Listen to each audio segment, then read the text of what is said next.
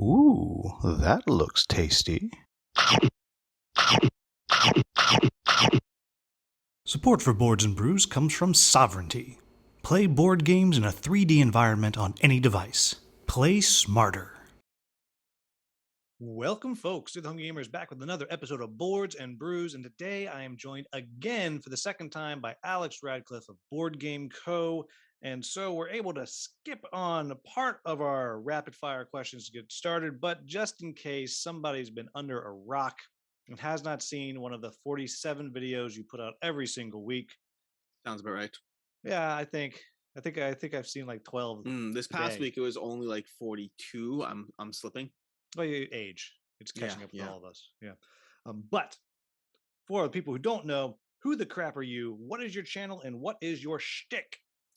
I'm Alex Radcliffe. My channel is BoardGameCo, and my shtick is I like games. Now, in terms of how that comes out across the channel, usually it does involve me talking about Kickstarters a lot. Although, to be fair, my favorite pieces on the channel are usually when I talk about topical conversations, where I go into some sort of topic, whatever that topic might be, something to do with the industry, something to do with how we approach gaming, how I approach gaming, the way I look at things. That's my favorite bit. But Kickstarter is what I tend to be popular for, which is fair because Kickstarter is getting more popular each year. Well, it's a good thing you're on because that's what we're going to be talking about later, and also the new kid on the block, GameFound. Who's GameFound? I've never heard of it. You are not a good liar. Nope, never heard of it. But I see your mug, sir, and we are on Boards and Brews. What is your brewed beverage? Now, I don't know if you can read that mug, because I don't know if it's reflected or not, but that is a fun mug. Let's see. Can you read it? Is it the right direction? Let's see. Number 1. Yes, I have so many games too. No, they are not like Monopoly. Yes, I need them all. No, I haven't played them all. No, I haven't played them all. Yes, I spent a fortune on them. And no, I don't have a problem. Beautiful. Were you reading that backwards or the right direction? The right direction is the cool. Just the glare on occasion. I should have said backwards because a lot of people are just listening to the podcast on this, and they would have been like, "Wow." Well, that is impressive, but for me, it's reflected, which is why. But as far as what I'm drinking cold brew because I tend to have coffee. That's my beverage of choice. Sometimes seltzer, but more often coffee. And it is 8:30 at night for me, which means coffee is obviously the go-to choice. Yeah, I mean, who needs sleep? I mean, if you're going to keep up with 40 plus videos a week, can't sleep. So for myself, last time I believe I had coffee, but this time I have from my favorite local brewery called Fort Point. I'm going to pick up the can to look at it because they deliver.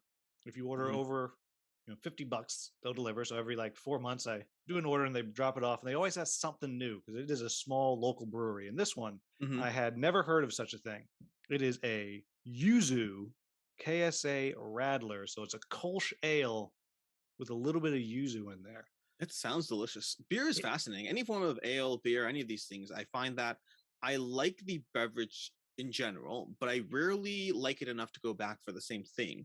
I do like trying new things. I like, that's like a pale ale I've never seen before, and I try it, and I appreciate the beverage enough that combined with the newness and the experimentation, that's my perfect spot for any form of beer, lager, ale, all that stuff. Well, if they sent to Ohio, I would tell you to order some. It's pretty good, and yuzu is an interesting flavor anyway, which most people know from watching like the Food Network because it's always on the Food Network. But uzu, definitely aware of what uzu is. Yeah, yeah. Well, for people who anyone who doesn't know, it is a citrus from, I don't know if it's China or what part of Asia, but it's an Asian citrus fruit, and that is what it is. And it's pretty darn tasty. I'm glad you explained it for those people who don't know what it is. That they may have found that helpful. Yes, I mean, because you are a board game connoisseur, and people are less familiar with your other channel, Citrus Fruit Co. Yeah, Food Game Co. No, Food Game Co. Yes, Food Game Co. doesn't sound right. That's a game channel. Food Make Co. There you go. And the good news is we've lost everybody who is listening. They are officially out. Well, gone. That's cool because that means I can say what I want now. I know. Well, that's what I've been getting because what I'm gonna do is I'm gonna clip whatever you say anyway, and I'm just gonna put it together just so it says, "I'm Alex, games are horrible. I'm just going to put that out there over and over again. Honestly, let's just save you some time. Alex. Games are horrible. I don't Oh, really enjoy them. They're just kind of something I do because I think people want to see people talk about games. So I pretend to like games because hey, people will watch me, and then I'll be excited for that. and all the big bucks that you make. Yeah, and all the big bucks I make. Yeah, there you go. You don't have to go through all the editing trouble now. Well, that's much less fun. Now I'm gonna have Yeah. to like put it together the other way. All right, but here we go. So, what have you been playing lately? We're gonna get to what's on your table, which if you're just listening, we can actually halfway see it behind him, but he has a light set up, so you can't quite fully see it because he's a cruel man. But what have you? Subterfuge. Yeah, it's very very sneaky. But so what have you been playing lately? We'll do that before we get to what's on the table.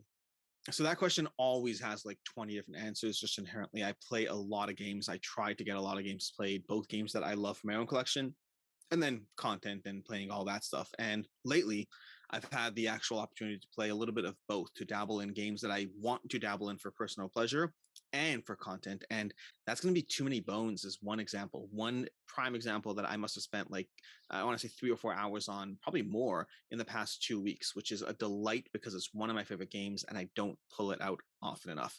And I was able to justify pulling it out both because A, I love it and it's awesome, and B, because they have a GameFound campaign about it. So there's an incentive to finally review a game that I've had for so long and never actually reviewed. And your wife Past wanted you to, hit the weights a little bit and bulk up. Exactly, hit the weights. Yes, funny about that. There was this YouTube channel, small little upstart, who had a funny little video about how heavy Too Many Bones definitely No, is. it is, and it will be more so. Yes, it'll be more bones, more bones. I can't even imagine how you can make that thing heavier. My table is not well suited for that. Yeah. Well, so I have my trove chest. There is one real bookshelf in my game room here that it's made of wood. This isn't IKEA wood, like it's wood, and that's what it sits on. I won't put it anywhere else. When I made my video, I actually had to bring in something from outside that was sturdy wood that we had built to stack heavy things on. I mean, it's a deal. And then I have my little box here. This is just if I ever there's nothing in here. This Yeah. is just if I ever want to take some bones somewhere to play. Yeah. For a while, I kept that for whenever I would talk about Too Many Bones in the video, so I could have something because I can't pick up that trove chest. But then eventually it went bye-bye. So maybe when I get Unbreakable, I'll have a new display case for it. But yeah. So, all right. So there's your That's first one. That's one. There's one. All right. I'll toss out my first one because I don't have as many because I've been doing a theater production and so I haven't been playing a lot. But I was just given for my birthday the expansion to Nidavellir. Thingvellir. And so I've been playing a bit of Nidavellir. Finally got got to play with the expansion. And for those of you who don't know, Nidavellir is a very fast coin or a drafting game where you're making sets, and it has this cool auction mechanic where you're using coins. And as you use the coins, you have the option to play a coin that's worth 0. But if you use the 0, the 2 coins that you haven't used that round, you get to combine them and get a bigger coin, which is great. And you're making these sets of the 5 different colors of dwarves. And so the expansion adds in another region you can go to draft things from.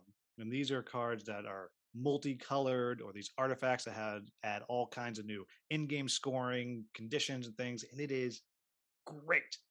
It's fantastic. If you like the first game, you have to have it. And I feel stupid that I didn't have it because it's actually great. Yeah, I have the expansion. I haven't actually pulled it out and combined it yet. I've read the rules, but haven't mixed and matched the sets, and I should because Nidavellir is an awesome experience, but one that it needs the variability to keep it fresh over continued plays because it's one that I kept diving into because of how much I enjoyed it. So I'm looking forward to breaking that out. My number 2, I'll go with Through the Ages, which is another classic that I pulled out to play that I haven't played in a long time. Were you playing it in Meat Space or were you using an app? Oh, no, in real life. I like the app, but it does not give me it makes the experience more streamlined, but it takes away the social element of 2 people sitting at the table or 3 people sitting at the table going head to head and building your empire. I still find the app to be not as good as real life, despite the extra maintenance real life provides. But because of that, it's been a long time since I played. It's probably been 7-8 months since I played it in person, and I was very happy to pull it out. That one didn't even have the justification of, hey, I'm doing videos. That was just, it's through the ages. I want to play it. It's been too long. So that's my number 2 pick of what I've been playing recently. And what ridiculous, nonsensical technology combination did you have? Because the last time I played, I had bronze only, but I could go to space. Ooh, that, I mean, that sounds fun, but I don't remember at all the specifics of what I do. I'll tell you what I did do that was different than No, we're talking usual about for me. playing this game, not your daily life. No, I'm talking about through the ages. The thing I did differently this time that I haven't done in the past, but and I'm sure lots of people out there have. I just didn't because I don't like giving up turns. So in through the ages, is this concept of giving up your full turn in order to get a technology earlier on with that at a lower science cost. And I rarely ever do that because I really like my turns in the game, and so I don't do that. But like turn 2 or turn 3, if I'm in turn 3 of the game, I gave up my turn to be able to get democracy, or I think it was democracy, whatever one of the first governments is in play, by giving up 2 science on a third turn, gave it up and went straight to that, and already started off with 5 civic actions, 3 military actions on my third turn of the game. It was brutal to give up a turn that early, but I went for it. I wanted to try it out and see. It hurts. It hurts every time I do it, but it was something new and different that I did. And did you ride that wave to victory? I'd rather not talk about it. No, I didn't win. I didn't win. It was close. It was close. I did not walk away thinking that I shouldn't do it again. I walked away losing, but being comfortable with that loss. Yeah. All right. But we're on a roll of old games because the other one that I do have a new one, but I saved it for last, so I don't look like I'm only playing new games. Okay, well, that's good because I started with a new one because here in America, Nidavellir and Thingvellir is technically a 2021 game. Yeah. Though in France, it's like 2002. I don't know. It's been out forever there. We're so gone. Yeah. But my next one is one of the first games I ever bought, hobby games, and the first ones that got me into it, Mysterium. So had some friends over celebrating my 40th birthday, and so we pulled that one out because I'm doing kind of a long, drawn out birthday where just bringing small groups over, safety, and then some of my friends don't play games at all, and some like party games, and some want to play too many bones. So let's separate those groups. So game of Mysterium, which we got to the very end, and we had the best logic for what the final path had to be. Which of these 3 paths of how the ghost died, like it has to be this. I mean, the logic was perfect. Sounds like you were wrong. Completely. Not even close. My wife was the ghost, and we did it. And she's like, no. We're like, but the logic's great. And she says, no, it's terrible because clearly it was this. We're like, oh, and we were great. We cruised right through. We had like 3 rounds left. Nope. So this wasn't my pick. I will come to another pick, but I'm going to add something I did play this week, which I played multiple rounds of Codenames this week. And I had one clue. I start off the round with Electronics 5. Okay, that was my clue. Electronics 5, and I'm just going to give you a bunch of cards that were on the table there. There was and cards that are relevant to this clue. So there's Electronics 5. There was drone. There was washer. There was brake. There was battery. There was charge. There was Tokyo, and there was Apple. Okay, which 5 of those are you picking? I can repeat them if you want. Drone. Excellent. Boom. That's right so far. We flip the card next. Battery. Yep. Right. Go for it. Let's see. I'm not going to go with washer. I think that's right out. Tokyo, that's interesting, but I'm going to say that one's out too. And then so it would be the other 3 of them. Okay, in what order? The order matters here. Ooh. What were the other 3 that I... The other 3 were battery, brake, Apple. Yeah, battery, brake, and Apple. Okay, so I'm going to go battery, brake, Apple. Okay, so you, sir, are a brilliant man. We should play Codenames. You're not right, but you're close to right. No, you're close to right. You're close to right. So the order you went with makes complete sense to me. The only one that was not correct was Apple. Apple was not correct. The correct answer was brake because electronics break a lot once you go in there. And then, you said brake. You said brake. Yep. The correct one was Tokyo because Tokyo is actually known for, like, I think the International Electronics Fair is Tokyo. They make a lot of electronics. I was waffling between Tokyo and Apple. But we haven't got to the main point. The main point is I looked at the board. I gave that clue 5, and I realized Apple might end up as any one of those answers, and I was fine with it. It is what it is. First clue, washer, because washers are electronic. I am not friends with that person anymore. Wow. Yeah. You and I were on the same wavelength. Yeah, but I was comfortable with that. That's just horribly wrong. Yeah, it was horribly wrong. His first clue was They washer. should stop playing games. Yeah, if we could record this segment, use this segment. This segment is recorded. Yeah. I am going to send this link to someone out there. Yeah. Good, excellent. And I hope they live chat with us when we do it. All right, but so what's your next one? Mine was Mysterium. So my next one otherwise would have been Mythic Mischief. And normally I wouldn't want to talk about something that isn't even available to others in this segment. I mean, I'd want to talk about other games I've played, like Aquatica, like Maquis, but Mythic Mischief, needed to flex a little bit. I need to flex a little bit. But more than that, Mythic Mischief is, I started playing it solo because they actually gave me the solo components. I have a filmed video that went up on my channel at some point you probably check out, but it's Mythic Mischief. And the reason I'm willing to talk about that is because it is rare. I love a lot of the games I play. It is still rare that I actively play prototypes as if they are final games in my collection. It's rare that I like a game enough that I'm like, I will pull out the prototype, even though it's not finished, even though it's not this, even though it doesn't have all the stuff. But Mythic Mischief is a game I keep coming back to. And so if you are someone who's backed Mythic Mischief, understand that this is a game I really keep playing again and again and again. And yes, you can still late pledge it. And no, I don't get a cut if you do. So yeah, that's over on GameFound as well to late pledge. Well, I feel like that's more of a reason to back it that you don't get a cut, really. 100%. All the games I get a cut from, which are so far 0, those games you should never trust me on. Yeah, that's true. As you were saying, that there's only, I think, 2 prototypes that I've played many times in the time being. One is no longer need because it showed up, but Merchant's Cove, I played that a ton, and then the one that we talked about, Theurgy. Yep. Yeah, and I have the prototype or the advanced copy of the co-op rules for that. The co-op, nice. Which I didn't get to try. I took it to a convention and we just didn't get to it. But boy, I'm excited about that one. When Kickstarters show up in 2048 or there's many that I've gone back to once or twice. There's many where I'm like, I want to play it again because whatever. But then the ones that I keep diving back into, the ones that I literally put on my shelf next to my finished games, those are rare. Usually it's in my prototype pile, and I'll pull it out occasionally. Yeah, so you got the Mythic Mischief, and any others could come to your mind of the prototypes that you've gone back to? Prototypes I've gone back to. I'd have to think through. I know Fall of the Mountain King is a game I've gone back to. There's The Witcher I have to send on, unfortunately. What part of the problem, by the way, is many of the ones I would consider actually have to be sent on, unfortunately. Comfort Creatures Creature Comforts from what's it called? KTBG is one that we played a few times. No longer have it, unfortunately, but I did have it for a bit before we had to send it on. What other games? Mosaic is one that I got one more play in before they made me send it on.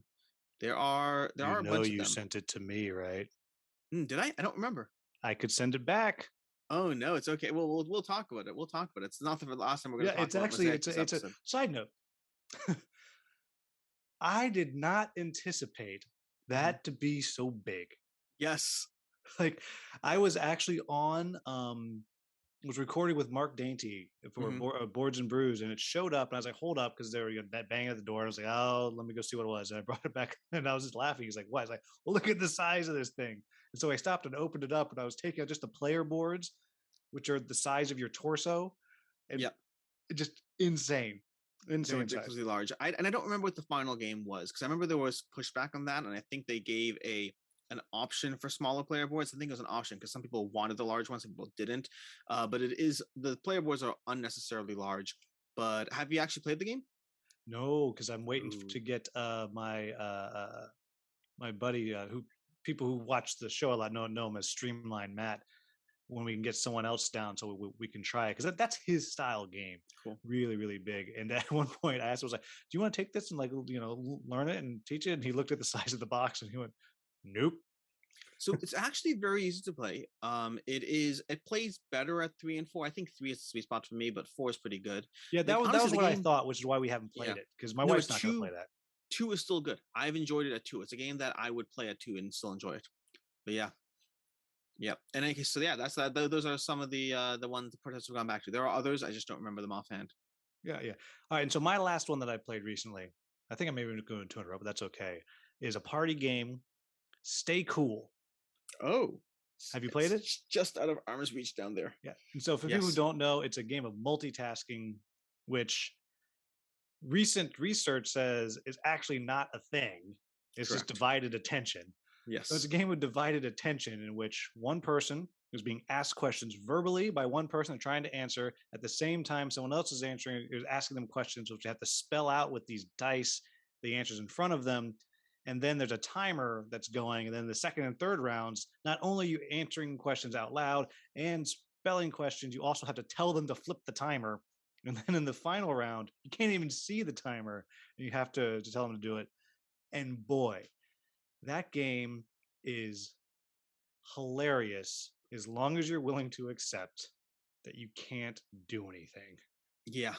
Yeah. So sometimes you're great, but a buddy of mine, my buddy Ken, who doesn't really play games, but he likes Mysterium a lot, and he'll come over and every now and then he'll try. Actually, it's on a side note. At one of my birthdays, one year, I started. I was like, okay, if you want to come to play like the heavy games, we start early, and then by the end of the night, we're gonna do like party games and stuff. Hmm. But he just he was best man at my wedding. He's like, no, I'm coming the whole time. He came over, and my buddy Bernie Lynn from Dead Alive Games showed up with his new Kickstarter, some 4X game, Phoenix something another, and he's like, we're gonna play, and Ken's like, okay. And I've never seen a more confused human being in my life. And I look over, I was like, Ken, how's it going? He's like, I don't know.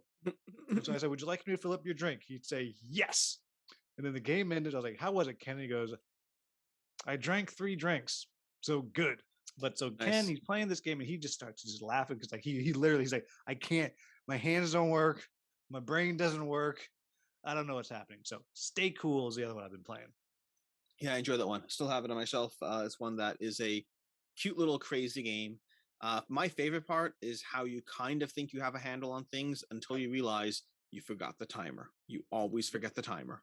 Yep. Or you're feeling really good with the dice, and then it makes you stack them up in a color order, or it asks you one of those things where it's what letter is exactly in the middle of this word, and then it's like, oh, and your brain OR. just stops. That's good. You That's see? good. You see? You see? I'm glad you got it there. Yeah, it took me a while. It's my old brain here. All right. So what's your last one or two that you've been playing lately?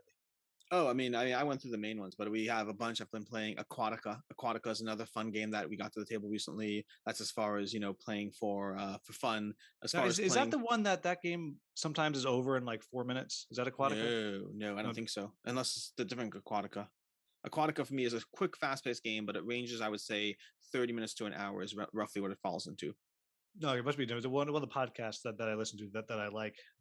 They talk about whenever it came out, a game and saying, "Oh, it's really fun. Might be over in 4 minutes." I thought it was Aquatica, but it must not be. Is it the one with the little submarine on the cover? I I have don't no know. idea. It's a podcast, so I can't see anything. Either way, past that, I played Rolling Heights for coverage. Rolling Heights is going to be AEG's Kickstarter in 2022. That's not even on people's lists yet because I've nobody's never even talking about heard it. of that one. Most people haven't. It's from John D. Clear. Implements some of the mechanisms from Cubitos, but applied to a city building game. I read the rules and was thoroughly unimpressed, and then put it back on my shelf and did not play it for like 3 weeks. And then I played it, and it's really fun. It's really because I read the rules and I was like, oh, congratulations. Like the same way John D. Clear, he took card crafting and then applied it to all his games. I was like, great. He took the Cubitos method of rolling stuff and then re-rolling them and pushing your luck, and he put it in another game that looks less interesting than the racing game. I'll get to it. But when I played it, I actually like it more than Cubitos. It's really, I don't think it does anything amazingly innovative, but it's a fun little city building game with the push luck mechanics that is really simple and nothing innovative, but just satisfying to play. I'm glad you said about the rules because the one that's on my table right now, close to the same thing. Of read the rules, and I just couldn't get it. Yeah. And finally, as I talked to the designer, I was like, okay, I know you are 9 hours ahead of me. It is a Monday night, 10 p.m., and I'm a school teacher. We're going to do this. I'm going to bring somebody. please explain this to me. So Yeah. we'll talk about that in a minute. All right, but It's funny because I was on this Facebook post the other day, and I saw like this really arrogant guy who was like, "I can read the rule book for a game, and I already know if I like it or don't, but like I'll go through playing it just to see." But like if we were applying that to what's it called, to Rolling Heights, I wrote it off as soon as I read the rules. well, Yeah, because I have said something similar to that, and recently on Facebook. oh yeah, um, now not exactly like that. I've said there have been times when I've read the rule book and been like, I could review this game right now. Then I played it, and I'm like, I was totally right. Oh, to be fair, I actually agree with you. 95% of the time when I read a rule book, I already know whether I already have a good feeling of whether the game is for me or not.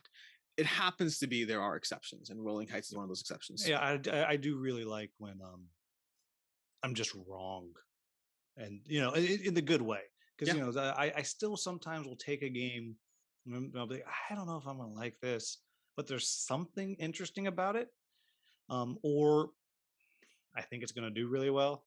Sometimes that'll happen too. I'll be like, all right, I think this is gonna do really well, so I got to dive in. Like well, Fractal to begin with, like 4X is not my genre. I don't like it, but my buddy Streamline Matt loves it. So I looked at the rules and I was like, huh, that looks kind of neat.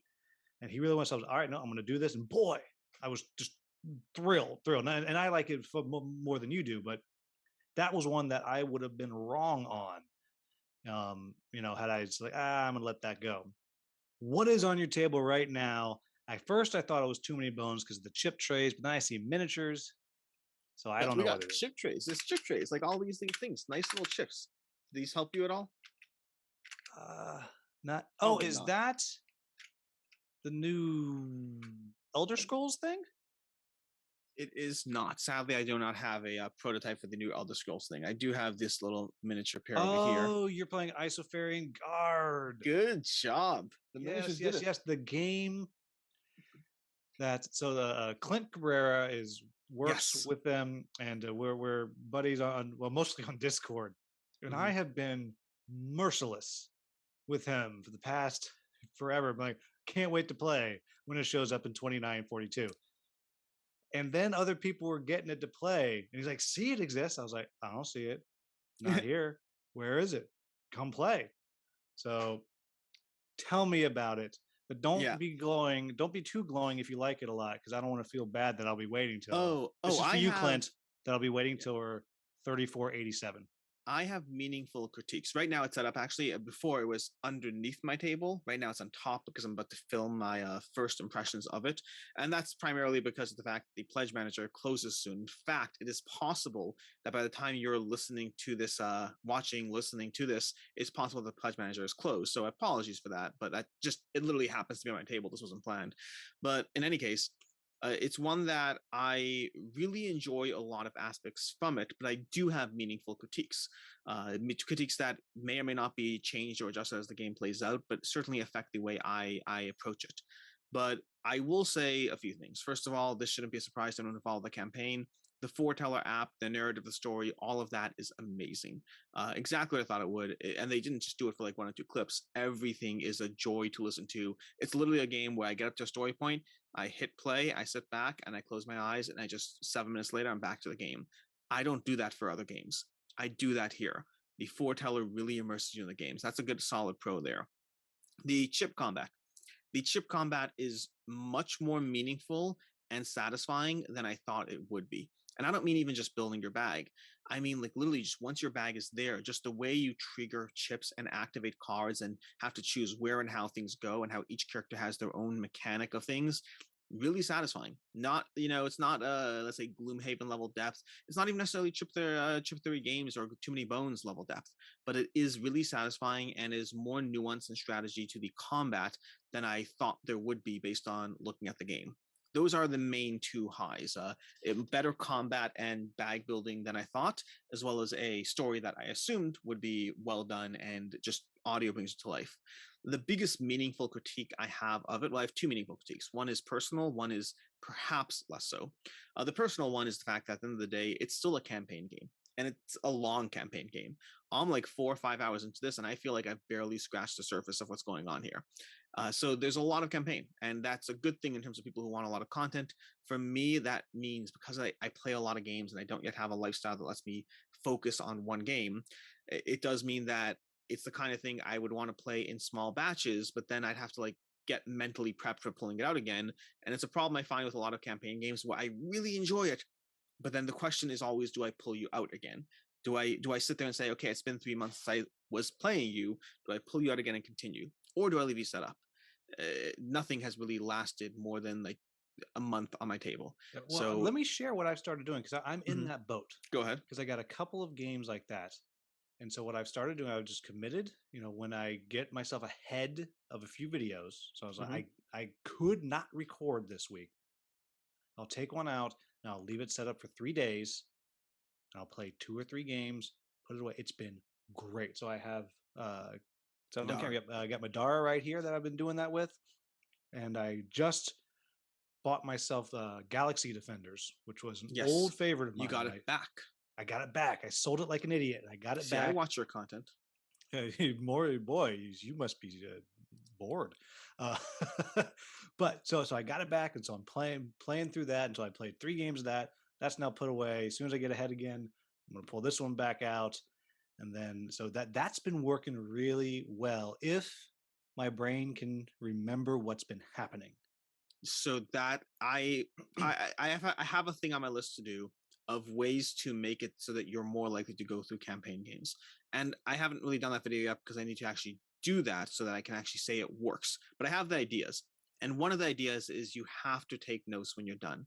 Do not put, even if it's just an audio note, whatever it is, but some sort of note system, a little system of I'm up to here and there. I find that whatever the save system of a game is, you need to have some small shorthand notes of some general idea. Okay, we just went exploring here and here. This is like the gear is always, hopefully the game lets you handle the gear better, but you need a little bit of a mental jump of what you were doing last and where you left off. An audio or text note I think is important. But you know a Kickstarter that I would throw all my money at, and I All of saw them. that I saw this as a meme for video games, but someone said on the meme, there needs to be adult video games in the sense that, Yes, I saw that. yep, Oh, and for the people who didn't, it says, because everything knows how long when the last time you logged in was. You haven't logged in for 4 months. Here's the story so far, and cliff notes, and here are the buttons. yes. Here are the button combos for these things. And so if someone can do Um, that for board game campaigns, I just put in Madara, and I yeah, just tell, you know, and it will just pop up and tell me where I was. I would throw my money at that in a yeah. second. So campaign personal choices aside, the other meaningful critique I think I have so far is that, and again, I'm still barely touching the surface here, so I don't know how this develops or stays true across the campaign, but I have found that the degree of grind in between story points and upgrade points is longer than I would like. So battles are a fairly decent deal. It's not nothing. It's not a huge thing, but it's not nothing either. And I find that can sometimes be like 5 or 6 battles in between a story point, and that's more than I would like. I'd like them to average closer to 2 or 3 encounters or battles between an upgrade, between a story point, between something changing things up. And so that again, it might come down to personal preference. The battles give you a lot of potential grind. The problem is I don't yet have a feel for the balance of the game and whether the balance is thrown off if I just skip battles, because I don't mind doing that otherwise. If I just say, "Oh, here's a battle," I'm not gonna have the battle. I wouldn't mind doing that to keep the flow going for me. But overall, those are the two meaningful critiques I have. Otherwise, it's really solid. It's really well done. I'm enjoying it. So I can't wait to play it eventually. 2042. That's when it's coming. Yep, that's for you, Clint. He's more optimistic. Um, and boy, I hope he comes. I hope he's on the live chat right now and is That'd be just great. seething. We'll send him a link. Send him a link beforehand so he knows. Oh, And oh, Clint, oh, oh, I'll oh, be I in the will. chat, Clint. Oh, I will. Now, so the one on my table right now, I'll lean down and grab the rule book here, but it is Tindaya. Ah, And isn't so, that an upcoming Game Found campaign? yes, and not until like January, February. And Mm-hmm. so it's on my table now. And this is the one that I was talking with the rule book. And I had in my head it was coming in like 3 weeks, and I panicked. And I was just struggling, and I had originally talked to Jason Perez about it from Yeah. Shelf Stories and Yeah. One Stop Co-op.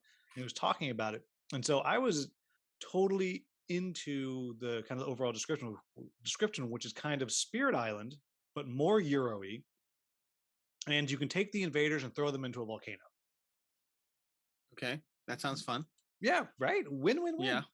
And so, and at its core, what it actually is well, no, it is that, but as you have your tribe and you are kind of moving about, and you build farms and stuff, and you're learning new technologies from other tribes that are out there, and you're gathering things.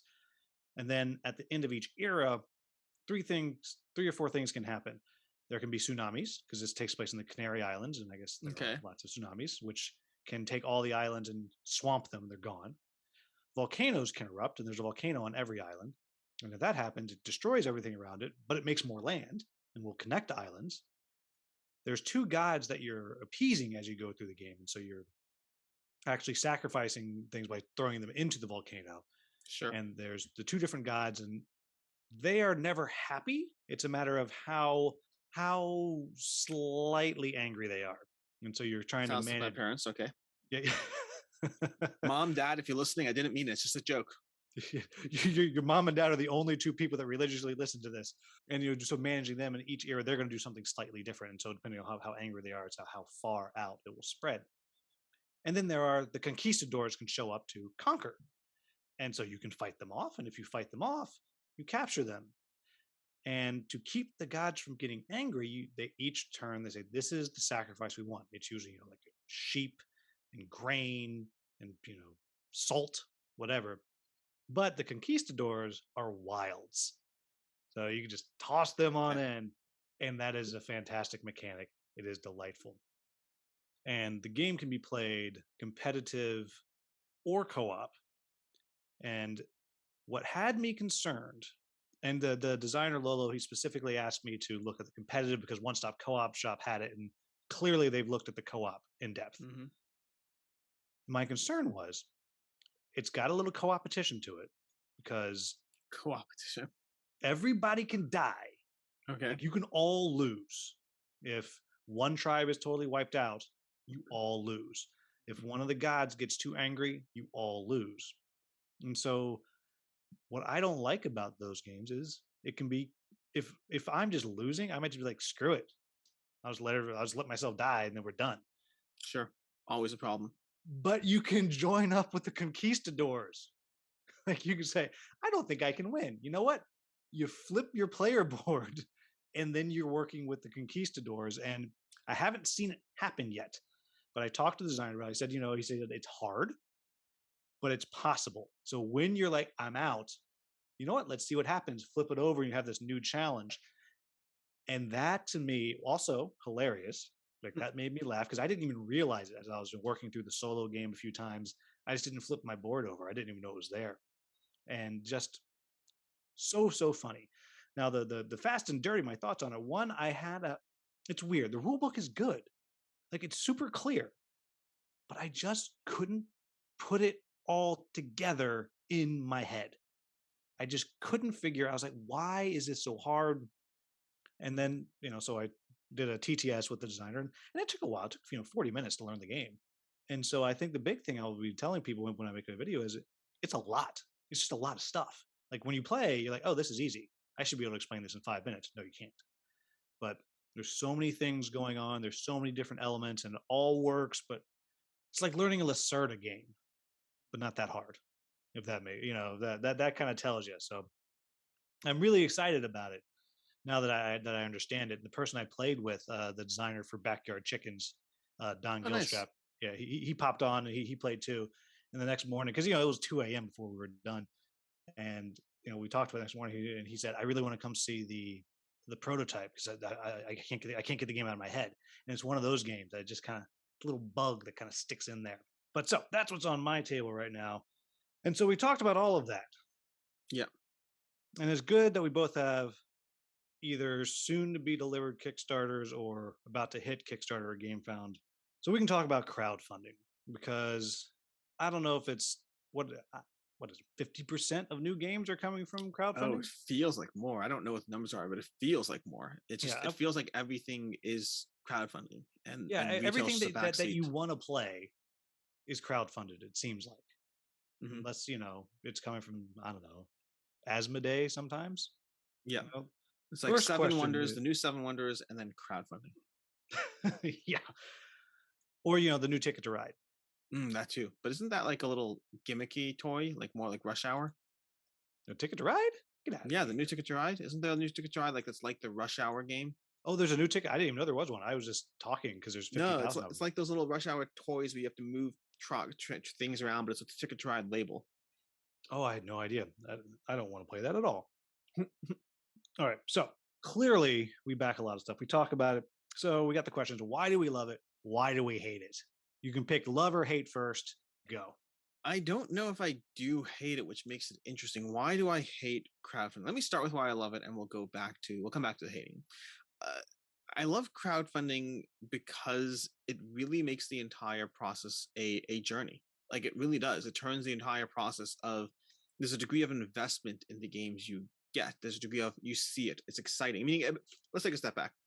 Let's take that Seven Wonders, whatever it's called again. Seven Wonders. I don't know what it's called. The new one, Architects. I don't know. Something like that sounds right. Whatever the new Seven Wonders is Seven called. Wonders, more wonderful.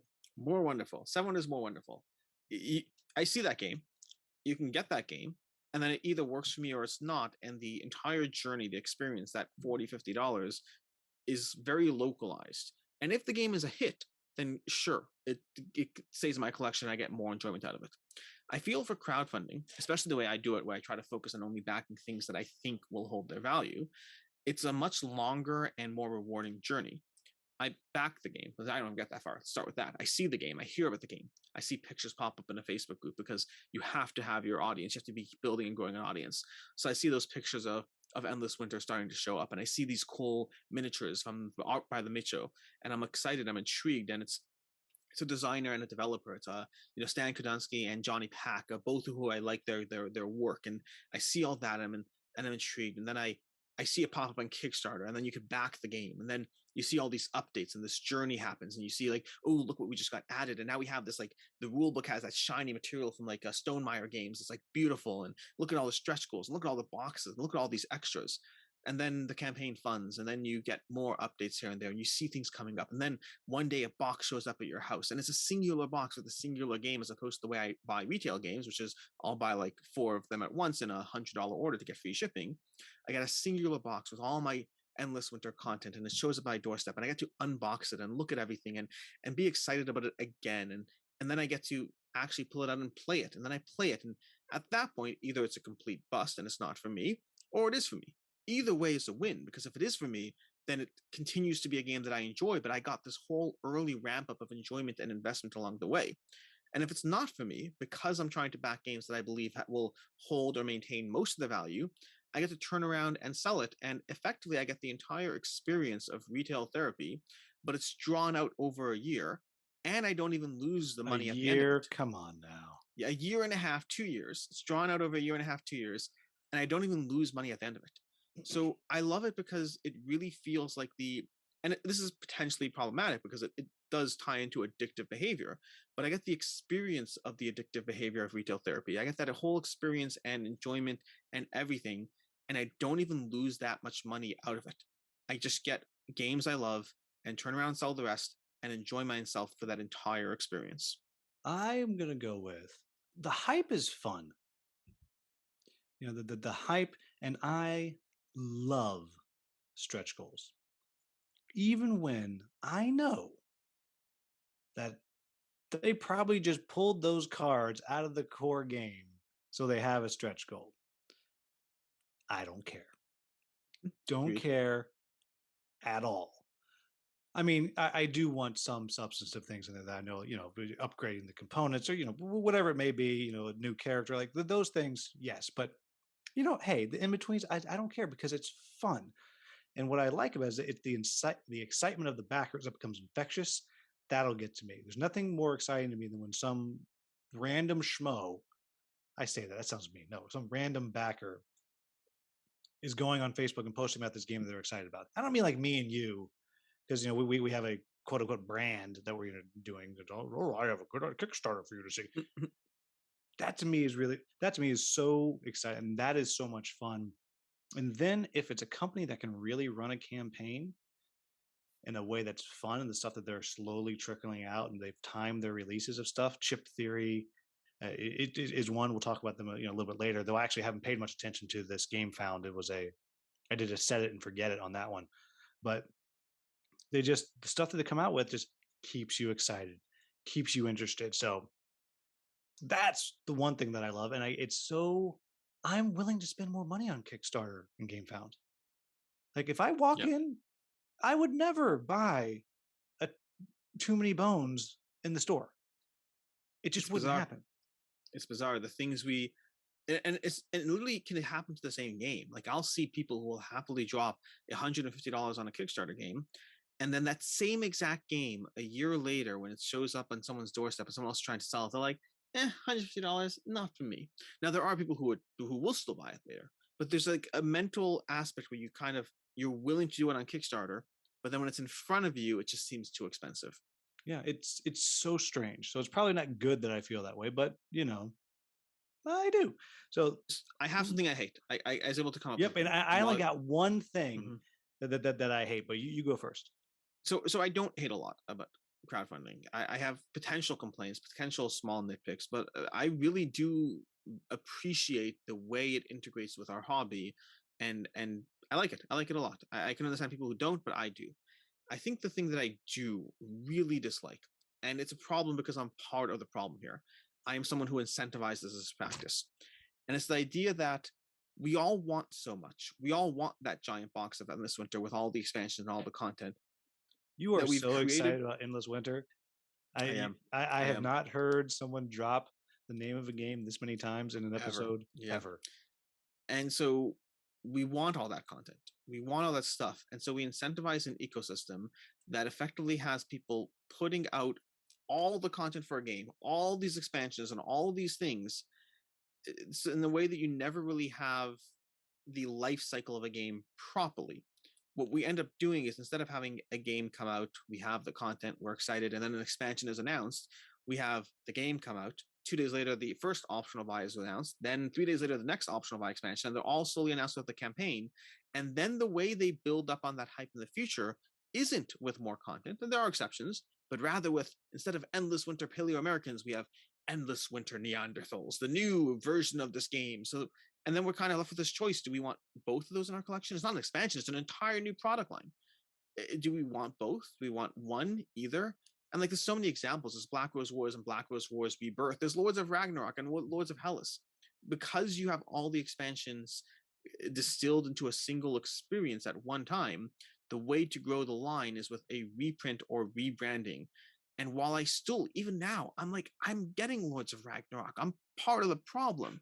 But like, it takes away some of that journey that you might have with Seven Wonders, The New Wonderful, where you have a game come out and then an expansion and then an expansion. I like the shiny. I like the expansions. I like the all-in pledges. But it does build an interesting ecosystem where we don't properly utilize and learn from the development lifecycle. We just put it all at once, and the development lifecycle is restricted to, let's do this again, but bigger. Yeah. No, I'm with you on that. That one doesn't bother me as much, but I think it's because I'm later into the hobby, and that's just what it's kind of always been. But I'm gonna go with, I just hate that backer. The backer I'm talking about. Such a jerk. Unbelievable. Yeah, it's just there will always be a few that are just absolute worst. Yeah. And for some reason, it just gets into my soul. It makes me so angry. There was someone today on a campaign, and I apologize if you're watching this video because you might know who I'm talking about. Meaning if you, the backer. His name was the Grumpy Backer. That's his name. His name was the Grumpy Backer. And he was complaining about everything. And it was like, are you just self-aware, or did you think it was a funny name and you don't complain? But he was just like whining about how the campaign wasn't structured to his exact tastes and desires. And like, I don't know if he chose his name because he recognizes and he's self-aware of his issues, or if he just thought it was a funny name and he doesn't put the two together. I genuinely don't know. So I also have a few Facebook Messenger chats with a couple of Mhm. publishers that are have since we work together. We become buddies and we play games sometimes. And sometimes that they'll send me, a message. Well, here's one I got today, Oh boy. and it'll just be like, "Se- seriously? So that there was one, and I don't want to out anything, so I'll be super super vague.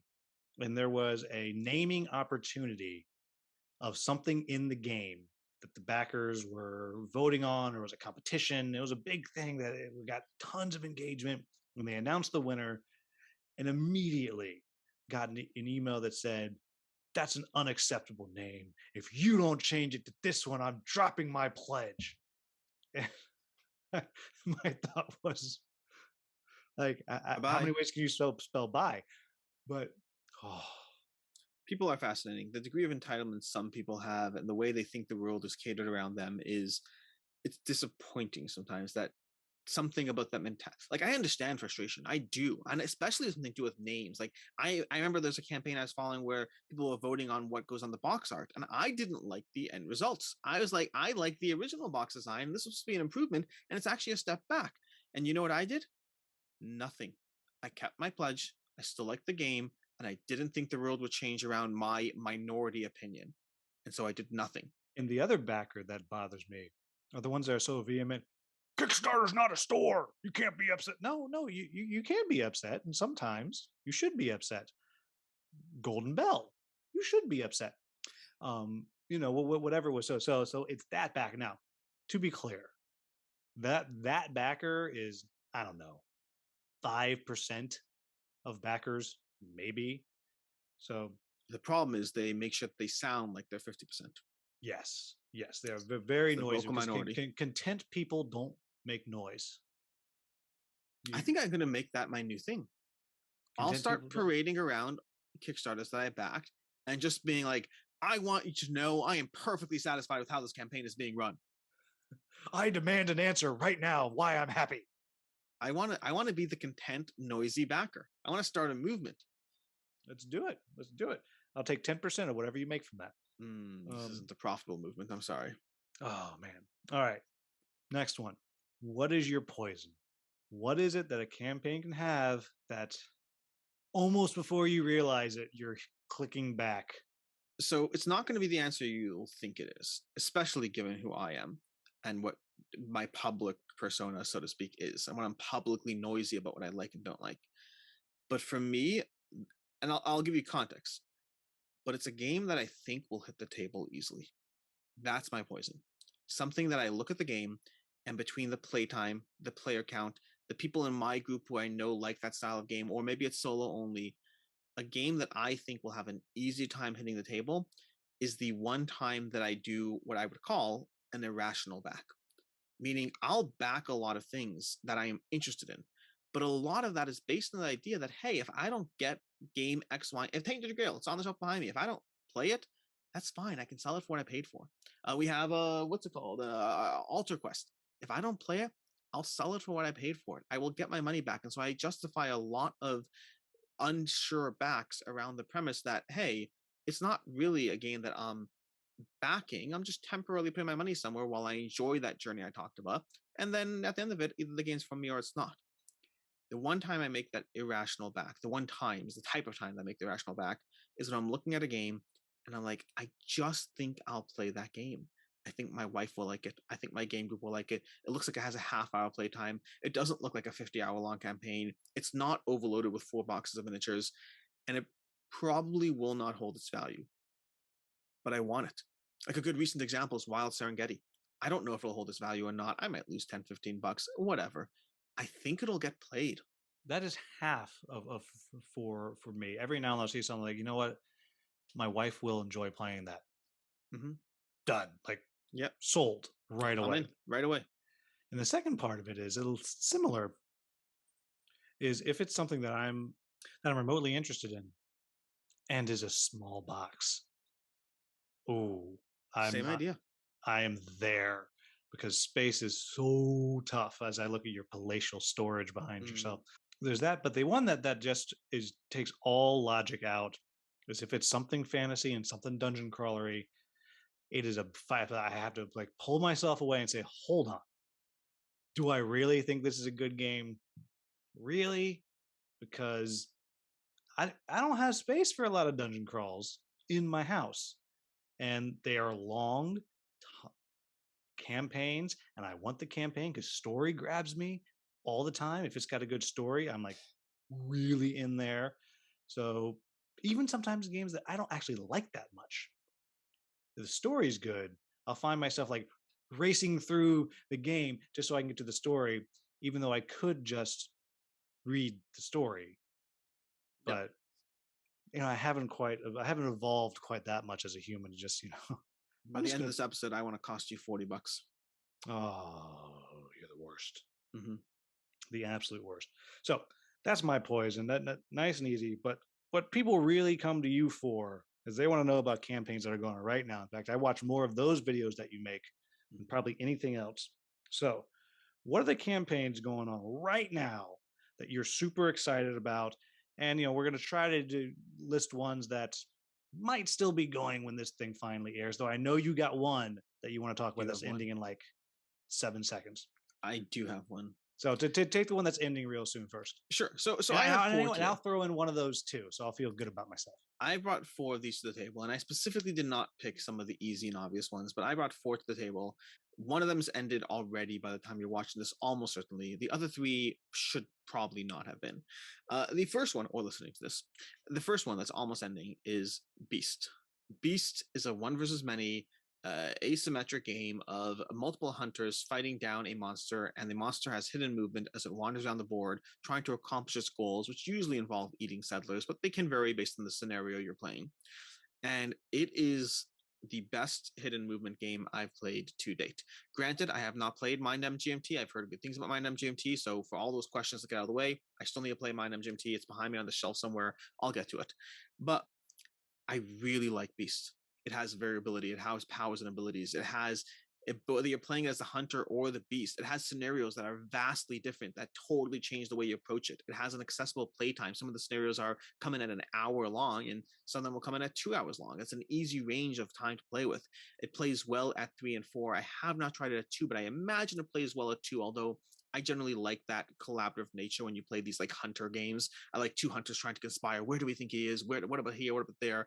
I like the table talk it adds both to the hunters as well as to the eavesdropping beast. So now, playable that's going to be too. interesting. So I'll say when you do play Mind MGMT, Yeah. I think Mind MGMT plays better at 2, Interesting. maybe 3, because it becomes if you play with 5, it becomes, well, you do one thing and then others don't. So I actually think that game plays better. But so I'm excited you said that, because as we talked about before we started recording, I literally showed up yesterday when I'm not going to get anything done before the campaign's out. But so super excited about that one. So that's fine. If I'm telling people about it now, it's only relevant for them to late pledge. So if they watch your video, they'll know what to do or not do. Yeah. Don't go watch his video. Watch mine. That won't be out for like a month after this. But that's when the pledge manager goes up. That's when it's relevant. Yeah. So mine, that's going to be over by the time this starts, is right in line with my poison. Tales from the Red Dragon Inn.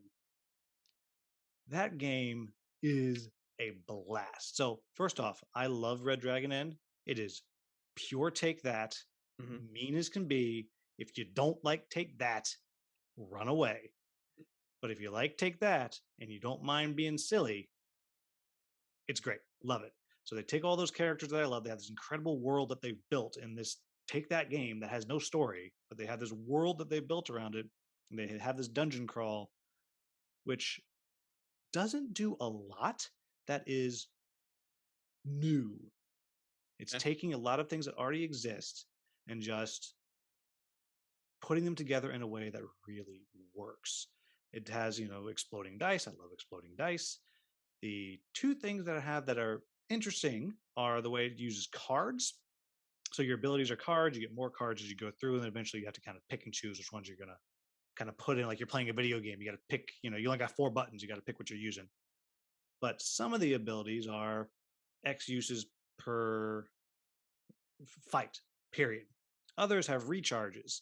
And so you're kind of Each character though is different as far as that goes. Like played on the live stream with them, and I think it was the wizard. All of its stuff have charges, and so Yep. early on, the designer was playing the wizard. He just blew it all and was completely useless the rest of the game. But boy, it was amazing for that one that one moment while the rest of us were like recharging. So it does that and has this way of depending on it does something I love where you can roll the dice and there's never a moment where nothing happens. Something always comes out of rolling the dice, something that the Sadler brothers do very well. Yes. And it's the same thing where, or not the same, but it's similar to where if you roll a certain symbol, you get to take the really good die. The black die is a really good die, and it goes in your group pool. And then anybody, anytime, you can just take that die and add it in, or you can leave it. And then if you're rolling your dice and you roll more symbols than are dice in the pool, you can put another one in. And you can also use those things to cancel attack or whatever it is. Nice, simple, fun story. Plays lightning fast. I was on a stream on TTS, max player count, and we still were done in an hour. That's pretty awesome. Yeah, fantastic. So that's my one that is going to be over by the time this is done. But check it out for the late pledge. All right, Cool. What other ones are you excited about? So the other ones, let me start with one that will cost you $40 or should cost you $40, which is Skulls of Sedlec. This is from the Button Shy Games, and they have Skulls of Sedlec and the expansion collection, which will run you everybody 30. I know backed that today. Did they really? Because they should. They should back so many things came through. First one came, I was like, yeah, whatever. Then another one came, yeah, whatever. And I think you were the fourth person to back that possibly. Today. Skulls of Sedlec is so Button Shy Games has a bunch of games under the belt. My favorite three are Sprawlopolis, Circle Wagons, and Skulls of Sedlec. And I'm 95% certain that if I had to pick my favorite, it would be Skulls of Sedlec. I think it's close. All of them are good games. But Skulls of Sedlec, it's tiny. It fits into a wallet. If you get the full expansion collection, which will run you $35 plus $5 shipping, $40 for absolutely everything. That's like 9 expansions crammed in. That's going to be 2 wallets. So that's really taking up shelf space. But honestly, if you're on the fence, you can just get the base game. I think the base game is a solid puzzle. It's a 2-player experience. I think there might be a 3-player variant, if I recall correctly, but I only ever really play at 2. There's also a solo expansion in there, in that expansion collection there, so you can get all that. But it's just this meaty, like the degree of decision space around shelf space, around rule space, it's such a good ratio. It is such an enjoyable game. I really, really like Skulls of Sedlec. It's accessible. It's $40 for everything. That's all in with all the stuff. And yeah, I like it. What do you do? What are the Sure. Basically, you have 6 cards on the table. You're building up these graveyards, so 6 piles of cards, and then on your turn, you either grab a card, you either turn over cards from the piles, or you add cards to your hands, or you play cards to your pyramids. But every card is a combination of 2 different factions, so to speak. You might have priests or peasants or kings or lovers, all these different things. And so every card has 2 of them in a configuration, which matters because of the way you're stacking this pyramid. And it comes down to trying to manage these scoring objectives. You grab these cards. Where do you place them? How do you place them? Do you want to collect a bunch of lovers? Do you want to place the assassins next to the priests? If you get your kings high up enough in the hierarchy, then you can start scoring points for all the peasants below you. You have these different scoring objectives you're trying to take into account, and then trying to be mindful of the other player and how they're drafting their pyramid and what they're going for. And so it's just a tough little game as to what you take and where it goes in your pyramid as you build it out. And then the expansions just add different things you have. So you could have like a dungeon masters or whatever it is, which will score for chains of assassins. There's all these different scoring criteria that you're trying to be mindful of as you draft and place a whole bunch of, graves in the Skulls of Sedlec. Sorry, man. You're horrible. I told you. Yeah. I will take your apology and thank you when you get the game and play it. Well, maybe I'm older now. Maybe I'll forget by the time we're done recording. Maybe. All right, so I got 3 others, but one is the Too Many Bones. So I'm not going to talk about it. We'll talk about that at the end. So, and that one I'm all in on the new stuff. Very excited about that. But we'll talk about Too Many Bones later about why we love it. Spoiler: we both love it. But the other 2. So if we're not talking about Too Many Bones, I'll save it for later too, because that's one of my 3. But I'll save it for later. We'll talk about it later. So I got 2 other quick ones, and the first one is one that I did a preview for. It just launched today. It's called Geisha's Road. I am so jealous. I am jealous. It's really good.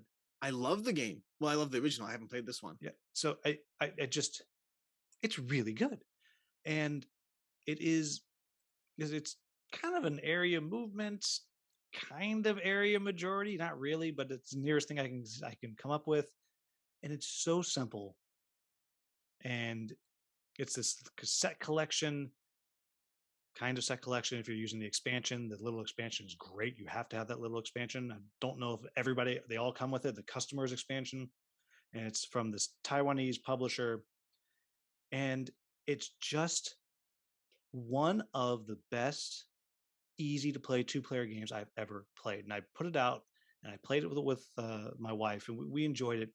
But what we both said at the end was, I didn't think there was that much strategy to it. Oh, you got the Yes, original one. the original. I just realized it's right next to me on the shelf. It's my little 2-player cubby here. I love the game. Well, do you have for the original all of these dudes? No, what's that? What's that? These, What's happening here? there are 7 little expansions.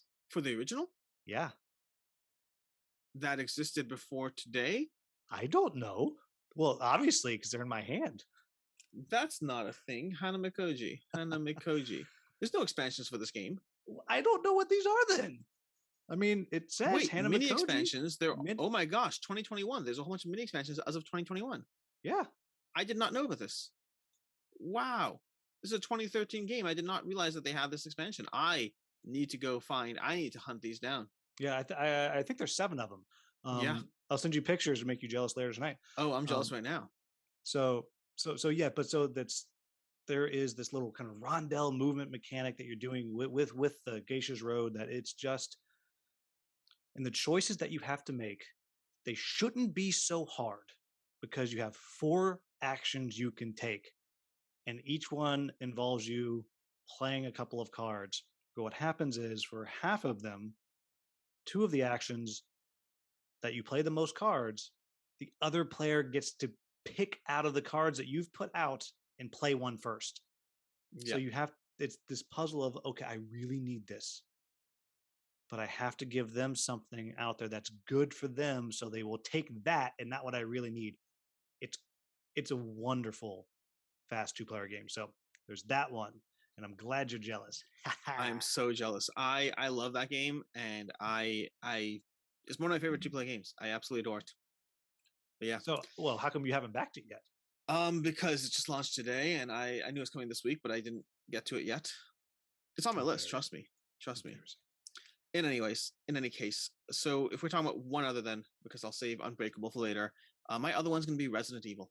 Resident Evil from Steamforged Games just launched on Kickstarter today. I guess we're all. Now, is this Resident Evil 1 or Resident Evil 3, 2? It's the 3rd one in their collection, but the first one in the trilogy order. Yeah, not to be confusing. So they did Resident Evil 2, then they did 3, and now they're back to 1. And I haven't played 2. I have since played 3, but I first played 1. Trying to explain this to people is bizarre. Okay, so again, it came out 2, 3, 1. I have played it in the order 1 and then 3. I have not played 2 at all. Hopefully you follow that. But Resident Evil, currently on Kickstarter, and I really enjoyed this one. And as somebody who is a huge fan of Zombicide, as you may see behind my head over here, I didn't think I would go for Resident Evil. I thought it would be, hey, congratulations, Steamforged Games, you made a zombie game with an IP slapped on. I don't particularly care enough. And I basically told them that when they asked me if I wanted to cover it. I mean, I was more polite than that. I said, hey, thanks for the offer. I'd love to cover it, but just as a heads up, so you know what you're getting yourself into, I'm a Zombicide fan, and I don't know if this will hold up to my high standard for zombie mayhem. And it's totally different. And so it does hold up. It is a very different experience that is far more focused on survivability, far more focused on making every bullet count. You have limited ammunition, contrasted with Zombicide, where, well, you don't have limited ammunition. And there's this whole tactical aspect of closing and opening doors to manage how and when zombies act that really turned this into a tense survival game. It kind of feels like they took Nemesis, combined it with Zombicide, and boom, that's Resident Evil. I have nitpicks, I have complaints, I have reasons why I still do like Zombicide better, but they're not actually competing in the same genre. They're competing in the same theme, and that doesn't bother me. Feeling-wise, they're very different experiences. All right. And so the only other one I got, I know nothing about. I just keep going back to and starting to look at the page and getting called away. And that is Paint the Roses. Ooh, I like that one. I Everybody I know who's played it likes it a lot. And it looks like it's a fun little theme. I have great memories of the Disney Alice in Wonderland and painting the roses red. But that is literally all I know. I am intrigued. I keep going back to it. I've actually, over the past week, multiple times, oh, I need to go hit the remind me button on that. And every time it's already been hit. So I'm super intrigued by it.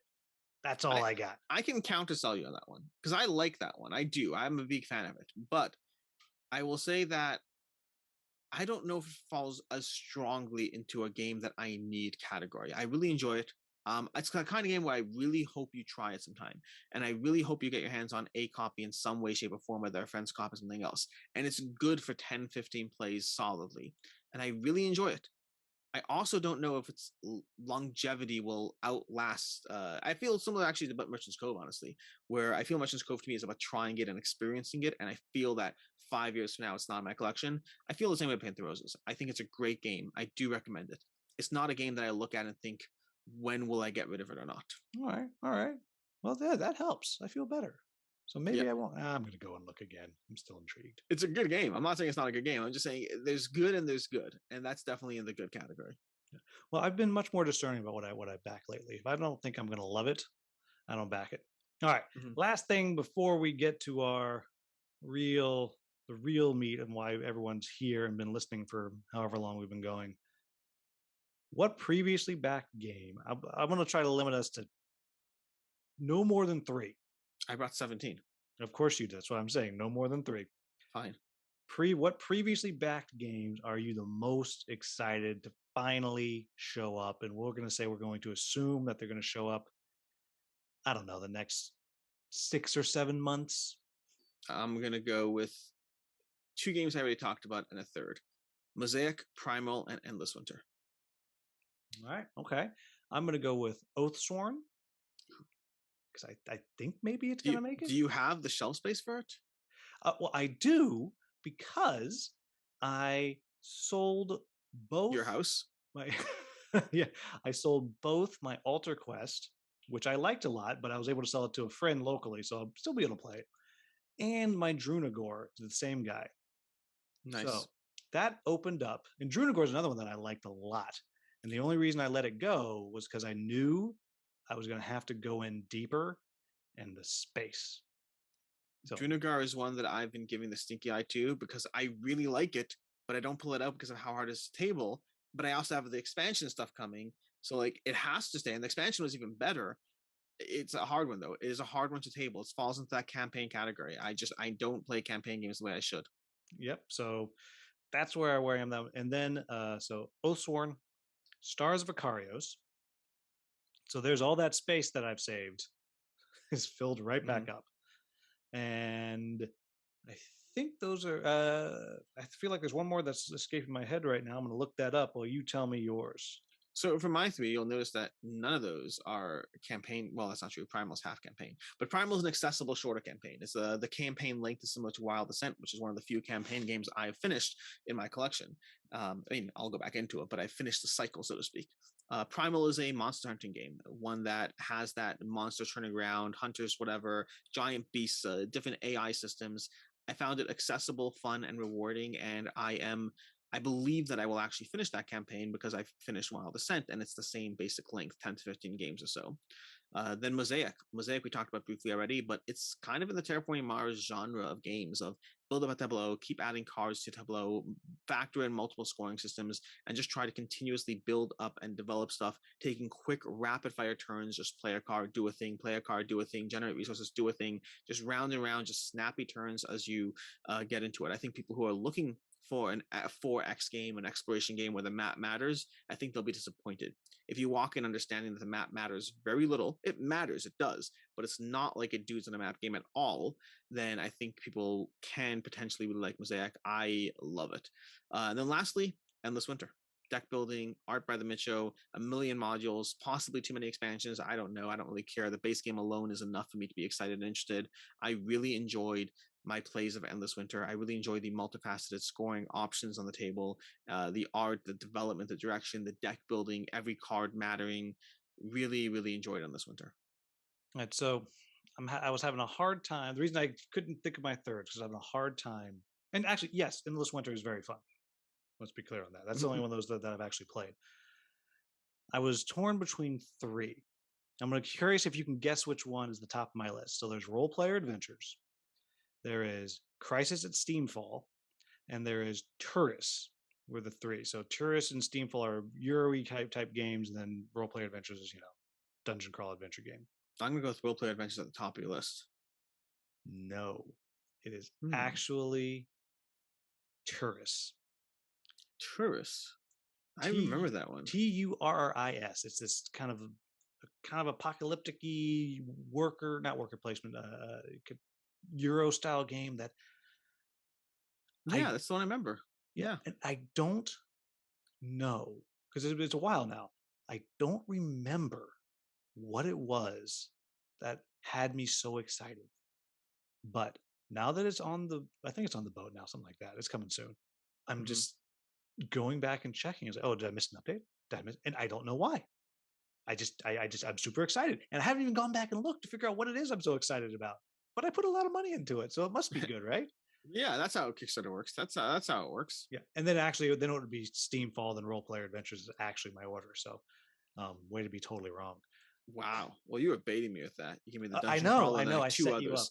That'd be me like being like, hey, guess which one I'm excited for? Here's a Command game, and here's two games you never heard of. You'd be like, well, the Command game. No, tricked you. No, it's Geisha's Road. Geisha's Road would win against the Command game. I'm sorry. Accessibility matters. I play Geisha's Road a lot more than most of my Command games, except for maybe Marvel United. I play Marvel United a lot. All right. So, only one. The game that you've backed that you are least excited that you think maybe you done blew it. A game that I blew it that I shouldn't have backed? Yeah, that you're having backers regret. You're going to be so mad at me for mine. I can't wait. Oh, why don't you do yours first? Because I didn't prep for that. I need to take a look. Go ahead. The Witcher. I mean, you didn't play it. You can have the regret. I don't care. Yeah, I was very disappointed with the solo rules. I was like, oh, so I'm definitely not going to play this game solo. So I didn't back it for the solo. The solo to me was hey, maybe I'll play it solo. That's not why I backed it. Yeah, so that's what. So maybe you can talking back into it. When one, do I need? I didn't get. I'm not getting all the minis. I'm just getting minis. I don't know how the space. Same thing with Oathsworn. I didn't get all the minis. I got the standees, so space. I haven't, and I did back the Sorcerers expansion because I did want the gender diversity, and sorcerers are cool. Do I need the boats? No, I can't imagine you do. For me, the legendary hunt is far more appealing than the boats, but that's my own bias. All right, so you're out of time. There's got to be one. I don't have a lot that Petrichor. That's one. That is. Oh, that's the cows thing, right? Yeah, Petrichor is one that I wasn't going to back. And then it was such a good price on the game. And I was like, I kept on pushing off playing this one. Maybe I'll try it. Maybe I'll back it. And I backed it. But partially because I was intrigued by the game, and partially because the all-in bundle was such a good price on all the content, which is a terrible reason to get a game. I'm not in this to make money. If I happen to make money in a pledge, that's nice. I'm in it because I want the board game. And the problem is, it's not that I don't think Petrichor is good. It's that I wonder when it does show up on my shelf, at my doorstep, will it be played when I'm looking at Petrichor and all these other games I really want to play? That's the struggle I have with it. I was tempted by that game because Mark Dainty said it was great, but mostly because it had something to do with the cows. I was like, cows for a board game? I'm intrigued. Yeah. I never went any further than that. All right. So we've done all that. For everyone who's been watching the past 5 weeks, this is the last time we're going to see the Sovereignty infomercial because we are wrapping up that sponsorship run. Though next week or next episode, we'll have a brand new one because Sovereignty has been lovely enough to sign back up to be our sponsor for another 6 episodes, and we'll see where we go from there. Nice. So everyone, get ready for the sponsor bump. Boom! And now, a word from our sponsor. Are you tired of getting set for your digital game night and finding out You just don't know how to work the program? You do everything you can think of. You struggle. You give it your best, yet, at the end of the day, it's just hopeless. You feel like you'll never be able to digitally game again. But don't worry. There is a solution. With the Sovereignty digital gaming platform, it's no trouble at all to almost immediately get right into the game and play with all of your friends. No fuss, no muss, no figuring out what keys do what. Just pure fun. You can find more information about Sovereignty in the description of this podcast or video. Okay, so we made you wait, 90 minutes or however long, so we can talk about Too Many Bones. And there are many, many bones. And for those of you who don't know, Too Many Bones is an adventure game where each day and each game you play will have anywhere from, I believe, 5 or 7 up to 12 different days, which each day is an event that you're going to do as you're making your way towards the big bad, the tyrant that you're going to try to take down. And as you're playing, you're leveling yourself up. And when you level up, for the most part, you're getting new dice. Each die is a different ability, it does a different thing. Every different character has a huge 2-sided page that explains everything that they do. There are, 20 different characters, maybe more, and tons and tons of unique dice. And this comes from Chip Theory Games, so there's no minis. Everything's done on poker chips, and you're stacking poker chips up for the health and taking the chips away as you go through. And you're battling it out on this small, I believe it's a 4x4 grid. Does that sound right? Generally, with minor exceptions if you play with Undertow. Undertow, yeah. Right. And whatever Unbreakable's going to do, I don't even know. Unbreakable's all about the lava flow. It's not about changing the 4x4 grid. It's about making sure that the places you step on are burning you. Oh, I can't wait. And we'll talk about that in just a second. That I don't know anything about it. And going through on this small little tactical battle mat, and you're battling it out, and you have 5 rounds to battle it out. And after that, everyone gets tired and starts to slowly die, which kind of keeps the game moving. And the big shtick about this is, I don't know if it's the first one, but it's one of the first games that I ever played where missing is sometimes good.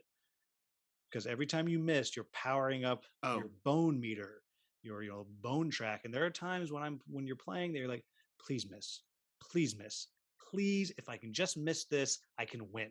And that to me blew my mind. So that is Too Many Bones. I'll let you take off and talk about it however you want. And before you do, I will say, so I didn't know about the lava flow because I backed the new stuff, all of it. Mm-hmm. Didn't even look at it. Why would you? It's Too Many Bones. Nope. Didn't care. I was like, and yes, I did check to see if it would fit in my trove chest. I have to buy a little something and it will fit. Done. That's all I care about. That's how much I like this game. All right. Go for it. So I don't need to say all that much about it. What I can say is both of us decided to jump back into Too Many Bones and do a review of the game because we love it that much and we just never got around to it. Too Many Bones is one of my favorite games in my collection. I don't know if it's officially top 10 material, but if it isn't, it should be. I'll be adjusting my list this year at some point. It may or may not make top 10, but you do have at least 15 zombicides, so it can't be more than number 16. Yeah, you're right. I'll be number 16 then. But Too Many Bones it's such an epic, unique adventure. What it does, and it does so well, and it's so tactical and it's so rewarding, and diving into a new character is such a feeling of like, oh, how can I manipulate and enjoy this new approach? Literally, I can go through the same campaign again and again and again, and all I have to do is change the character, and I feel like I'm playing an entirely different experience. And sometimes you don't even have to change the character, just change the way you level them up. Yeah. So in my review, I talked about Patches. He's one of my 2 favorites from the core box, Patches and Tantrum. Ooh, Tantrum's fun. I'm currently in the middle of learning the flow of Tantrum. He's new to me. Tantrum is great. But my go-to move with Patches is I go down the experimental drug tree, which is just one, it makes me laugh because as we're on the battlefield, it's like, hey, Alex, you want to try these experimental drugs? It might poison you. I don't know what's going to happen, which I love. But he can also go down like the bone saw path and just chop people up, or he can do a little bit of healing. He's a very bad healer for a healer, but either way, it's a really totally different experience.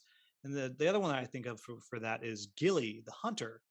How sometimes you can go down a pet tree, you can go down a trap tree, or you can go down. I'm just going to throw a whole bunch of attack dice at you and hope you die before you can do anything. Tree, and just the same character, just amazing. Yeah, it's an insane game. I mean, it's an insane system. It's one that I guess here's what's telling about it. Okay, I haven't checked the past few days, so it might be off by now. But what do you think the average pledge number was? The average amount pledged per backer in Too Many Bones, the campaign. The Unbreakable or the previous? In Unbreakable, what was the average amount pledged per backer? I'm going to say $300. Ooh, you are close. The average amount pledged per backer worked out to what's it called? $286 when I last checked. Okay, for context, I haven't done this yet, but Zombicide is a fairly popular game with a fairly loyal audience. What do you think their average was per backer on their last campaign? Oh, the Wild West, right? Yep. I'm gonna say. Keep in mind, they also have like $500 all-in pledges. Well, I know. Well, they have all the add-ons that just get more and more and more and more expensive. I'm gonna say 210. 156. Wow, the average that means a lot of people number, just got the base game. Well, a lot of that, not that's that. A lot of people back these things with a single dollar pledge, and they never upgrade. The amount of backers you have who never upgrade, who math it out. I mean, I could do the math right now. We have 21,000 backers on the Zombicide pledge, and then official people. We have, let's see, 160 minus. People can watch me do math. It's the best. Minus 6709 minus 4346. It's even better for the people who can't watch or just listen. Oh, 1 second. 21,000 minus 10,000 minus, let's see, sorry, we got 6,500. We have 4,000 people, 4,500 people who backed at $1 on Zombicide. Okay, 4,500 people who backed at $1, never bumped it up. Usually those dollar backers bring down the average extensively, but the average backers on a Too Many Bones campaign, they are passionate. And they are passionate because they know what they're getting themselves into. Because like yourself, you're like, oh, $200+ for all the new content for a game that I already don't use all the content. Sign me up. What's in it? I don't care. We'll deal with it later. That there's not a lot that engenders that degree of laissez-faire approach with our money, with our time, with where our gaming shelf space, mental energy, and money goes towards. Yeah, Too Many Bones. And I have become very particular with what I back. At least actually back. Sometimes I back stuff because I'm helping out with some media stuff, but that doesn't count. So very, very, very much so. And I think well, and the all-in pledge of everything ever, there's an $1,100 pledge that you can get. Yeah. And I don't know if you're on the page and it tells you, but people are doing it. There's like 200 people, and that one's the most baffling, by the way. That one actually I find less intriguing because the people who are loyally dropping $300 at the blink of an eye, those people make sense to me because they play Too Many Bones. Of course, they're going to do that. The people who are dropping 1,100 means they didn't have too many bones. That's where I'm a little more confused. And sometimes it's because they played it. Other times it's because they have the base game alone. They did the math, and the discount you get makes it so that you may as well get another base game and sell it. But those are the ones that are more interesting to me. The ones who are willing to go all in without having owned a decent chunk of it. Yeah.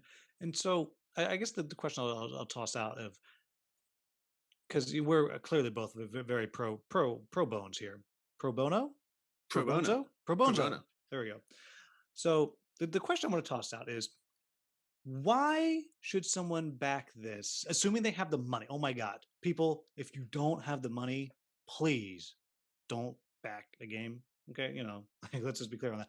But people who have the money and can do this comfortably get a portion of it. Why should they back it? And someone who's not sure, why maybe shouldn't they back it? So people who have the money should. Wait, what's the first question? So you're only talking to people who can afford this.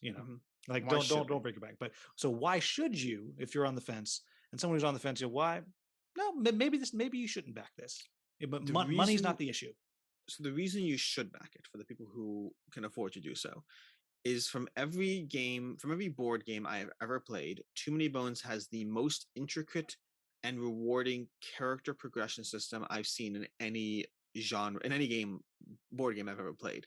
Granted, there will be a subset of people who are like, well, an RPG can do that. Sure, I don't play RPGs. In terms of a board game experience, it has the most intricate and rewarding character experience. Every single character, and they're all going to run you like 25, $30 for an additional character, but every single one is worth it. It's an entirely new board game experience to me. And that's what makes Too Many Bones stand out. There's a lot of things that are good about it, but the thing that to me is the best about it is the degree to which the characters feel like their own individual, fully fleshed out gaming systems. I'm going to piggyback on yours because that's the same thing for me, but it's Sure. slightly different reason. Everybody I play with, you can almost see their personality in the character they take and how they build it. Like, it is amazing. So Streamline Matt will dominate the game as Gasket. You give me Gasket and I can't walk. So But let me be experimental drug Patches or Tantrum in his rage, and I'll kill everything for you. something I really appreciated that happened. I just recently introduced Shira from the Quack Club channel. I introduced her to Too Many Bones recently, and I set the game up and I chose Duster as a character for her because I thought Duster fit her personality. And I put Duster on the table in front of her, and she sits down to play the game, and she's like, "Why'd you pick this character?" And I'm like, "Because it seemed to fit your personality." Apparently, when she was at Gen Con at the Chip Theory Games booth, she spent a few minutes talking to the woman there, and the woman gave her a Duster pin and said, "Try that character. I think you'll like her. She seems like she's you." And it's like, from all the characters, I was like, I just picked out that character that somebody else had pegged as being a good fit for her. So that's a good story. Well, and that's so cool because it was like one of the, as I talked about my buddy Matt and some other people who, he's not a chaotic guy. He's just not. And so you play you Gasket, that's not chaotic, or Picket, play one of those. Whereas for me, I'm all about the chaos. The other one that I love is Dart. The one on the board that you can just flip the whole mat over. Yes. Love it. All right, so those are our pros. Why should you not get it if you're on the fence? I don't have a great answer for you. Too Many Bones is a lot of things right. And you can get a lot of the same type of experience from a game called Gloomhaven Jaws of the Lion, which you can frequently find for in the $40 range. The character variability and in-depth is not there to the extent that it will be in Too Many Bones, but it's still there. You're going to get a lot of that nuance, of that strategy, of that dungeon progression. Additionally, and something worth addressing, is Too Many Bones, the battle mat. The movement is not going to be the same kind of movement you're used to in a dungeon crawling game. And while that works for me, I find almost consistently that people who do not like Too Many Bones, and there is a subset of people who do not like it, generally they find that battle mat not rewarding. Congratulations, I plock down a chip and I don't move the whole battle. Now, for myself, I don't find that true. I do move and I do tactically adjust and I try to figure out how to block and move and adjust and whatever it is. But granted, it's not going to be the same level of movement management as there is in your typical dungeon crawler. So I think the cost point compared to something like Jaws of the Lion, which gives you a decent amount of that same experience at a much cheaper price point, compared with the fact that the movement is not as developed and fleshed out as many dungeon crawler games, might make Too Many Bones an experience that if you're on the fence about, maybe there's another game for you. That's a good one. That's a good one. The one that I was going to go with is, and I talked about this in my review recently, is it's a lot. I mean, every character has an instruction manual, basically. Yes. I mean, and there are so many keywords, and then as you add in all the new stuff, because you want to add the new stuff, and I have the new stuff, I have to play with the new stuff, suddenly to do something new. Like you're talking about Unbreakable. There's going to be lava. Oh my gosh. And I'm sure that means there's going to be another sheet of keywords to learn and try to internalize. There's new monsters. For 4 new characters. Side note, super excited about the Carcass with the meat hooks. Yeah. Don't know what he does. And the Carcass cookbook. Have you seen that? No. They're doing a cookbook for Carcass. Is it like going to be a real, can I actually use it, or is it going to be like gross? Do we know? I don't know. I haven't gotten that far. I mean, I want it either way, but if I can actually, side note, total tangent. My wife got me for my birthday a cookbook called Meat. And it is this thick, for people just listening, we're talking like an encyclopedia of just meat recipes. And then she got me the she knows I like my deluxe games, the collector's edition, which has a sleeve and has like the reject recipes off to the side in there as well. So That's cute. yeah, so if Carcass's cookbook, I'm in. But back to my point is it can be completely overwhelming, and it's not. Once you have internalized it all, it's very easy to play. Not easy to win, but easy to play. But it's a lot to get there, and you got to be sure you want to put in that commitment, because it's a commitment to learn all that stuff. Unless you want to, every time a baddie comes out, hold on, get the reference sheet, break does this. That sounds terrible. Oh my gosh. Okay, well that's how we deal with that. So Break is the worst. yep. Absolutely the worst. And what's interesting is that's also part of it, because if you're fighting bog monsters, there's going to be break. So that's going to affect how you build. Tantrum wants to roll his bones, get his throwing axes, and just take him down from a distance. Yep. And so, but all of that you have to know. So I'm not going to say it's a lifestyle game. It's not Kingdom Death Monster, but I feel like it's as close to one of those as you can get and still not be a lifestyle game, if that makes sense. Yeah, I agree. I agree completely with that. But so, I mean, that said, if it sounded good, then you should go check it out, everybody. It's truly good. And the people who run Chip Theory Games are lovely humans. I don't know if deep down they, are really eat puppies for breakfast or something, and Probably. this is the facade that they put on to like what do you think fool inspired everybody. Carcass? Yeah. Josh Welgus inspired Carcass. That'd be great. But so they're lovely human beings. They're constantly out there doing nice things for people, and they're great. I really enjoy it. I got to interact with them a bit on Burn Cycle, which is one of their previous ones. But we both clearly fully recommend checking it out. And I'm just going to reiterate one thing that Jeremy Howard, a guy that we both know, says often on Facebook. Don't just jump out and get this because Alex and Will are saying this is great. Do your research. It is a lot of money. Like, it's truly a lot of money. I don't always talk about how much money games cost. Do your research by watching Alex and Will's videos about it. Yes, and then go and back it and say, how come Alex and Will's videos aren't on the page? Yeah, that's a good point. Do that too. Yeah, because, the answer to that is because Shut Up and Sit Down is on the page. That is why we are not. But, also, everybody, it's waterproof. Yeah, in case you wanted a waterproof game. I almost, in my video, got in the tub. Like, I really thought about it, and then I thought about my pandemic pounds, and I thought, we're not, no one's ready for that. But anyhow, so that is Too Many Bones. We both love it. Check it out. As always, you can find down in the description how you can find Alex and BoardGameCo on the social medias and YouTube and all that. But if you listen to our previous one, you probably already did that. And please leave any comments with any questions that you might have. And the last thing I'm going to say is, Alex, please leave us with your gaming words of wisdom. And if you can remember what you said last time, something different. I don't remember what I said last time. I have no idea. I should have gone I have back. no and looked. clue. Also, I thought you were just going to say, please leave us. And I was like, well, that's a rude way to end the episode. Yet something you've heard so many times. Yeah, I'm used to it. Just crawl under your table. Gaming words of wisdom. I think it's something given that this is Kickstarter focused, I think it's something we touched upon in the episode already. Back what you want. Get what you want. Enjoy all the Kickstarter games and journey. But if you wake up and realize, ask yourself the question before you back anything.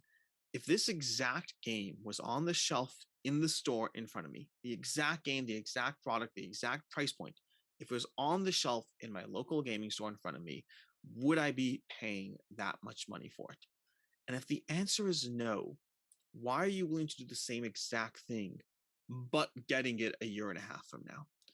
Don't get too caught up in the hype. If it's worth $200 to you, it's worth $200 to you. I have zero regrets about my backing of Too Many Bones, Unbreakable, and getting all the content. But sometimes I do look at a game and I'm like, I wouldn't be paying this much if it were on the shelf in front of me. And that's the point where you should consider canceling your pledge and just playing a game you already own instead. That is 2 episodes in a row. Someone's dropped really good advice and actually usable advice. My episode wasn't last week. My episode was a while ago. What are you talking about? Yeah, well, no one listened to that. Actually, that's not true. That was a very popular episode. But so there you have it, folks. Thank you, Alex, for joining us. Everyone, if you enjoyed this episode, please like, subscribe, share, whatever you do on however you're listening to the podcast version, if that's what you're doing. As always, thank you so much for listening or watching. Have a wonderful, wonderful day.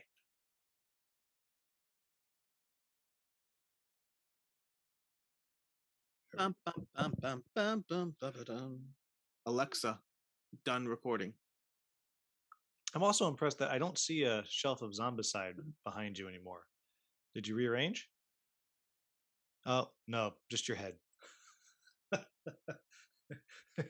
Just your Look at head. me. I got rid of all my command games. I like everything except for the part where I have to keep playing new games and don't have time for the old games. That is the only part I don't like. And I still play the old games, just not as much as I would like to. It just started raining here. I had to start wearing a sweater.